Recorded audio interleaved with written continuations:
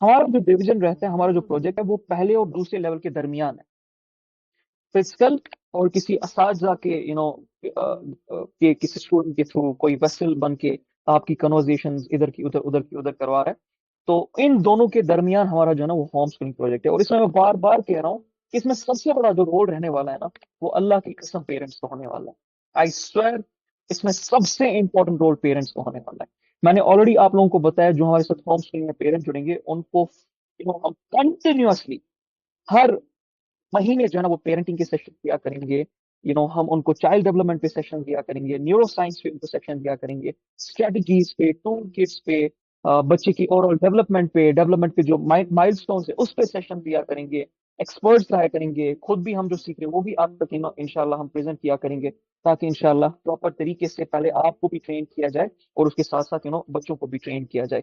اس کے ساتھ ساتھ جو قرآن سے، جو سیرت النبی صلی اللہ علیہ وآلہ وسلم سے ہے، جو صحابہ سے ہم لیسنز اکس کرتے ہیں وہ بھی آپ کے ساتھ شیئر کیا کریں گے. ایکٹیویٹیز آپ کو دیا کریں گے، آپ کے جو کنسرنز ہے، آپ کے جو مسئلے ہیں، آپ کے جو پرابلمز ہیں اس کو ایڈریس کیا کریں گے. اور اس کے ساتھ ہم ملٹیپل لیولز کے ملٹیپل ایئرس کے ایکسپرٹس بھی انشاءاللہ آپ کے ساتھ جوڑیں گے.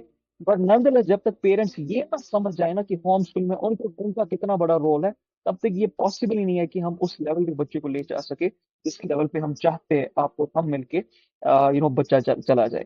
So again and again, I'll be, saying this thing again and again. I'll be, reminding you of this very basic fact that parents are the most important assets for us. Parents, اگر assets ہمارے لیے نہیں بنتے تو وہ literally ہمارے لیے liabilities بن جائیں گے. اور صرف ہمارے لیے liabilities نہیں بن جائیں گے بلکہ پیرنٹس جو ہے نا وہ اپنے بچے کے لیے بھی liability بن جائیں گے. جہاں پر بچہ ایونچولی قرآن بھی پڑھے گا، وہ حفظ بھی پڑھے گا، وہ عربک بھی سیکھے گا، لیکن برباد ہی ایونچولی ہو جائے گا. اس مطلب برباد ہونے سے اس لیول پہ آ ہی نہیں سکے گا جس لیول پہ اس کو لانا چاہیے تھا، جس لیول پہ حق ہے ایک ماں باپ کو اس کو لانے کا. So that's some thing which of utmost importance. لیکن میں بار بار کہہ رہا ہوں اور ہر بار کہوں گا، جب تک پیرنٹس کتابیں نہیں کھولیں گے، جب تک پیرنٹس صحیح لیول کے اسکالرس کے ساتھ، جب تک پیرنٹس صحیح ایکسپرٹس کے ساتھ نہیں جڑیں گے، ان کے ساتھ اپنی تھیوریز اور کنسرنز ریز نہیں کریں گے، ان سے نہیں سیکھیں گے اسٹریٹجیز، تو ہزاروں لاکھوں کتابوں میں، ہزاروں لاکھوں لیکچرز میں آپ کو مل جائے گی، جرنلز میں، ریسرچ پیپرز میں، آرٹیکلز میں آپ کو مل جائے گی، ڈیٹا اور اسٹیٹس کے تھرو آپ کو سمجھ آ جائے گی. جب تک پیرنٹس اس چیز میں نہیں جائیں گے بچہ پروان نہیں چڑھ سکتا ہے. یہ آلس جو ہمارے پیرنٹس کی ہے، یہ لیزینس جو ہمارے پیرنٹس کی ہے، یہ بہانے بازی جو ہمارے پیرنٹس کی ہے کہ ہمارے پاس تو ٹائم ہی نہیں ہے، ہم یہ بھی کرتے ہیں وہ بھی کرتے ہیں، تو یہ ساری چیزیں کس طرح سے کرے، یہ چھوڑنی پڑے گی. آپ نے اگر بچہ پیدا کیا ہے، آپ نے اگر یہ ڈیسیژن لیا تھا تو ظاہر سی بات ہے کسی شعور کے لیول سے ہی لیا ہوگا. اور اگر نہیں لیا تھا تو اب اس پوائنٹ پہ آ جائے جہاں پر آپ ایک شعور کی لیول پہ آ کے اس کو کانشیسلی ڈیسائیڈ کرے کہ you have to do this thing, کیونکہ یہ آپ کے اولین فریضوں میں سے. اسلام میں نکاح جب بھی کیا جاتا ہے نا، اس کا پرپس صرف اور صرف بچہ ہوتا ہے، یاد رکھیے گا.